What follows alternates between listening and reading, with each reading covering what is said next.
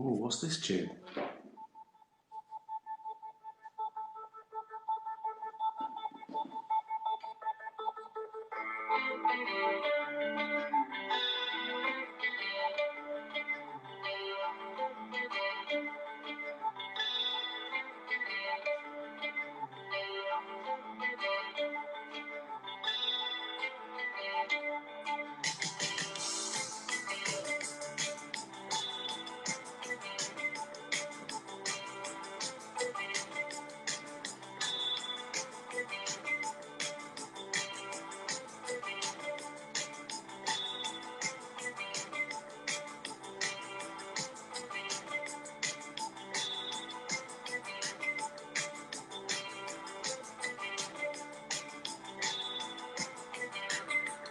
Yeah, you're getting it.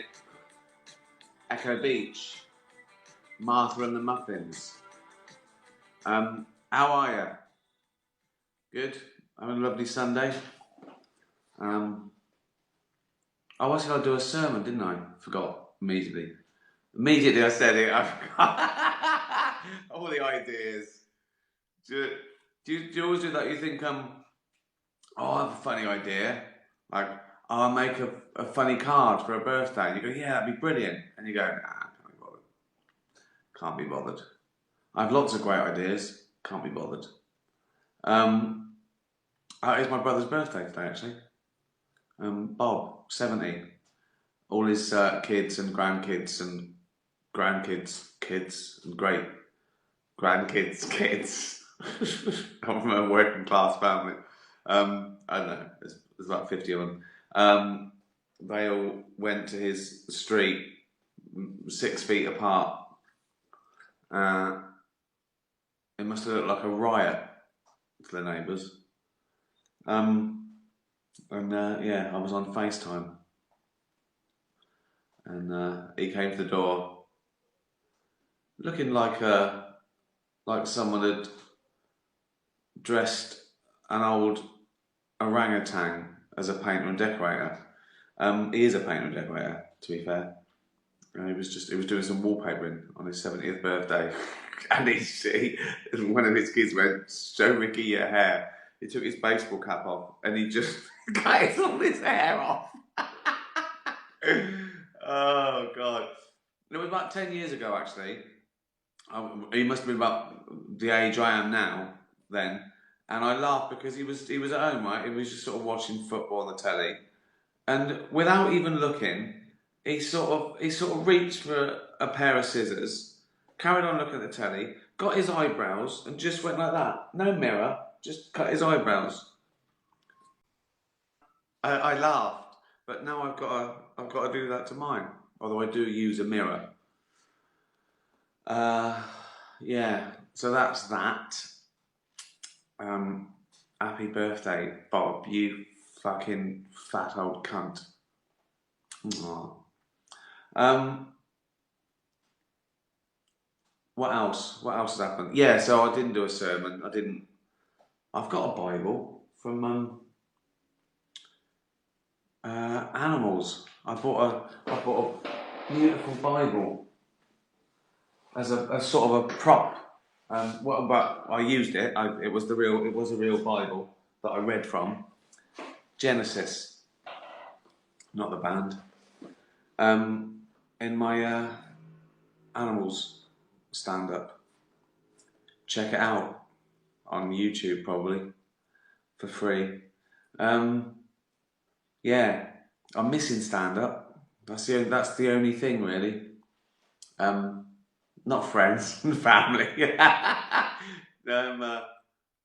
it was getting good. It was getting good. The show still. That's life, isn't it? C'est la vie. I'll answer some questions. Come on. Right. Okay. So I've done this every time. But thank you so much. The response for Afterlife 2 has been genuinely overwhelming. I think more so than Afterlife 1, because that sort of drip fed. People watch that over a few months, and it was really nice, and it really grew. But this sort of hit the ground running, and also you're more nervous with the second series, but if it goes down so well. Um, so yeah, thank you. Uh, you know, I'm sure it's not to everyone's taste. I'm sure some of you watched it and it didn't believe the hype, but that's you know that's gonna happen. Everyone's different, so it's for the people who love it, obviously, um, and the money. um, but that genuinely, thank you. I never get blasé. In fact, I start feeling guilty. Like when I wake up and there's just all these accolades, you start thinking, "Oh, I told you." I want to be nice to someone else. You want to sort of pass it on. I should mention a couple of the tracks that I used by Dave Thomas Jr. Little Piece of Nothing and Silence, the sort of big, the beautiful one that goes into a big crescendo at the end. No spoilers. You know which scene I'm talking about. He's done two acoustic versions, sort of lockdown versions of those two songs to thank you for the response to them. The both were in the top 10 most Shazammed songs in the world, which is incredible. I think it was 9 and 10. So yeah, check them out. I've retweeted them, but it's Dave Thomas Jr. and he's recorded. His voice is incredible. It's just him and a guitar, and it's incredible. So I love discovering people like that. Check that out. A couple of podcasts you can listen to that I did. I'm talking about the music. I did Edith Bowman's soundtracking thing, talking about the music. Do you miss the dog from the show? Yeah, of course. Yeah, she was 9 last week. Yeah, I mean, I can still scruffle a dog as long as the owner's 6 feet away. I think dogs are going, why the fuck is no one playing with me? Why are they walking away? Yeah, I do. Is Penelope Wilton a ghost? No, she's not. I love that conspiracy theory, and it could happen. Not in one of my things. That would be odd if I suddenly, unless I did an actual fantasy thing where there were ghosts and angels, which I might one day. I've been in Ghost Town. I didn't write it. But no, she's not a ghost. But it was a nice theory that it could have been in my mind. No, she's real, and she's there to show that the kindness of strangers can save a life, really, and that we all need an Anne in our life, that slightly older, wiser person with nothing to gain other than just showing empathy and honesty. So yeah, it was that really. It was just the straightforward. Didn't have to think about it. Being nice to someone. Like if you see a baby bird, you don't have to think, oh my god, should I bother? You go, oh my god, there's a little baby bird falling out the nest. You don't start thinking, oh, I'm a great person for doing this, or you know what I mean, or what's in it for me. That bird can never pay me back. So it's that just. You don't even think about it. You're just nice to people. So she's there for that, really. And I keep going back. I sort of seek her out. Yeah. Any questions? Any other questions? Are you not watching David Icke? No, I'm not. Good. Is it good? What is that? Are you in England? I am. I'm in London. Leafy Hampstead. What movie would you like to have starred in? Well, I don't know really. Do you mean of all time? I mean, you're basically saying what? Yeah, a fantasy role. Is that what you're saying? Um, well, it was always uh, McMurphy. I always thought, oh my god, what an amazing role. But it was Jack Nicholson. He did fine. It didn't. It didn't need me. But yeah, One Flew Over the Cuckoo's Nest. I always thought, oh my god, what an acting, what an acting role that is. I was blown away when I first saw that. Um, and I think the second time I watched it, I stopped it before the end. I thought, no, I'm in that. I changed the ending in my mind. Uh, it was my favourite film, I think, till I saw Godfather, um, and then it had to be Godfather. But again, you know, it's hard to answer a question. Where would you put yourself? What would be your ideal role? What do you wish you'd been in? Because you know how ridiculous it would be for you to be in it. Um, so yeah, and I've pretty much been in every film I've wanted to be in. I've turned down a few, but uh, I've never gone for a film that I wanted to be in and not got the part. Uh, so yeah, it's difficult really. Uh, I go for so few parts. They've got to get through a filter of being offered to me and get to me, and I'm never free for one thing. I sort of do my own thing, but that doesn't mean to say I'm not in awe of some um, movies and stuff.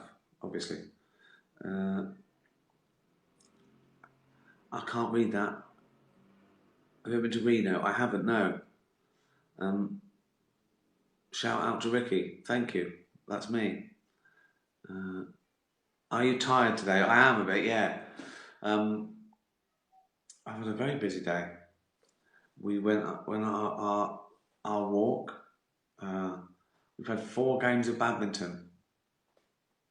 I did go to the gym, but I was too tired. I went, nah, fuck this. I went. I did go to the gym.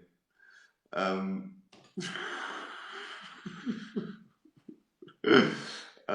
a Bond movie? No, not one. No, obviously. Um, that no, a little fat Bond. Be good, wouldn't it? Little fat Bond. I'd go if I was James Bond. I'd go. I'm not doing that. It's too dangerous. I'd get fired. They go. You got to do something. I go. No. I'll listen in. I'll be back listening in to the spy. I'll be telling him what to do. I'll be going. Go left. There's a big fella coming. He's got a gun. I'll do that role. Uh, if I was a Also, if I was a spy,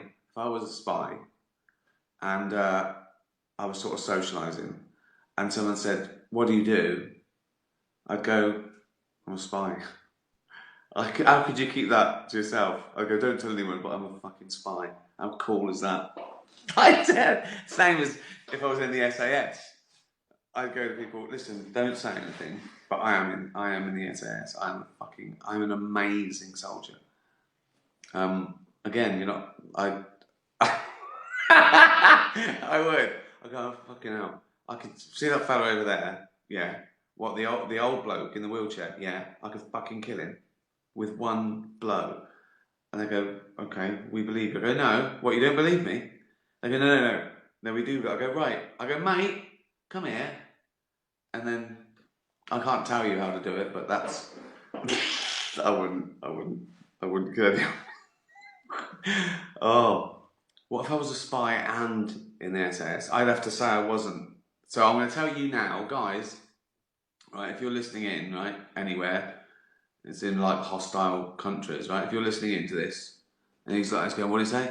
I'm going to tell you now, I'm not a spy. All right, I'm not in the SAS. I'm not a. I'm definitely not a spy. All right. Oh, this has turned out absolute bollocks again, hasn't it?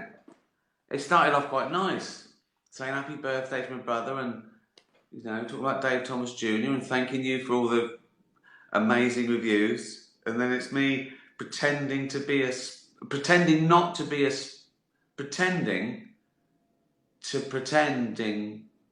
a spy and killing old men. Super army soldiers, exactly. On the buses, great or not? Well, honestly, growing up, and that was really early, wasn't it? I was little. I thought it was one of the funniest programs I'd ever seen. I loved On the Buses. What's that other? Doctor in the House. Oh, yeah. Loved.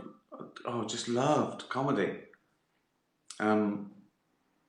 Broad, awful shit. I still remember some good jokes in some of the worst comedy shows, but yeah, I loved them growing up.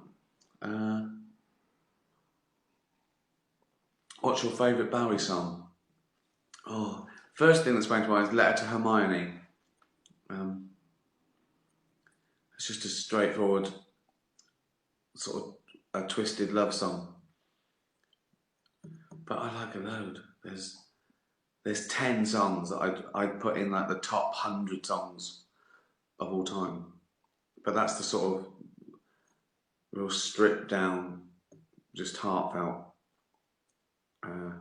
Same with Dylan, really. I know Dylan was sort of famous for his epic sort of social justice things and politics and all that, but his love songs were absolutely amazing. They're great. I should put my glasses on, shouldn't I? Because I've got tired eyes. Tired eyes. There you go.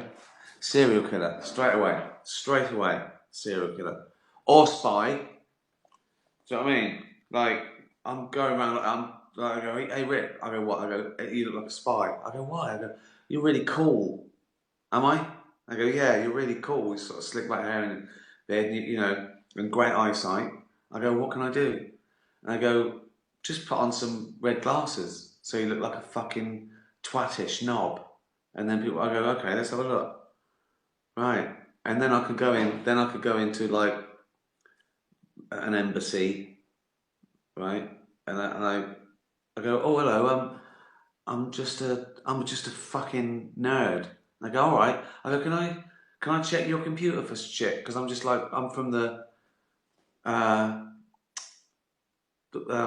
what's it called? The computer place. I go, right, what? I go, just like local. I'm just looking at some stuff. I go, all right. They go, you're not a spy. I go, I'm not a spy, no. And I go that, and I go, oh yeah, there's a thing. And then I'd look at their official secrets. And I go, you finished? I go, yeah, fine.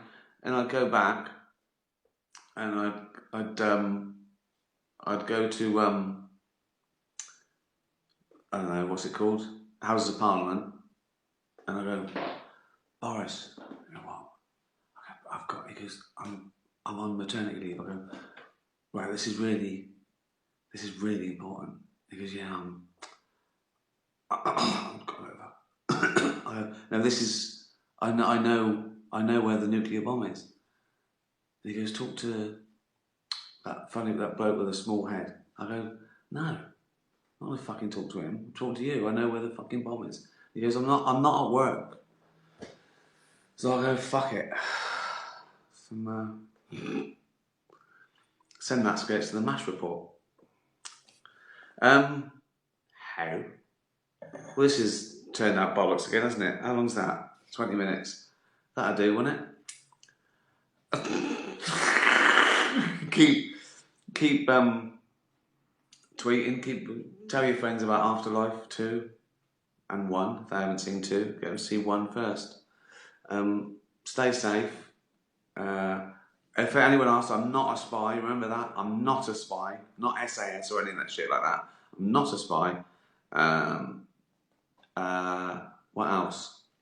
Be positive. Be nice. Be nice to people. So, I'm just getting too old for this.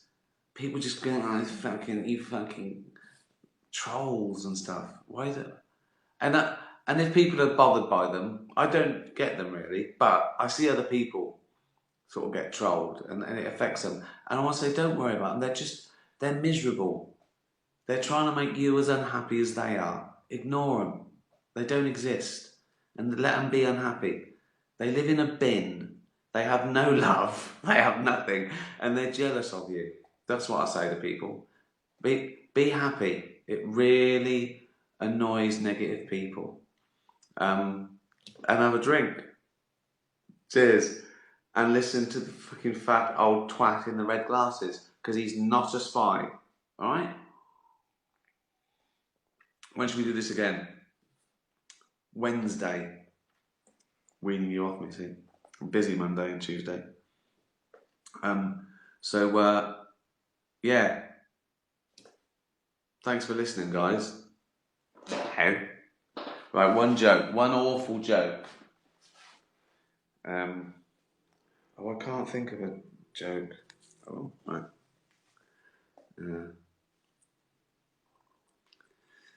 Fucking hell. How? Bought the mother-in-law a chair. She won't let me plug it in. Hey. You laugh. How?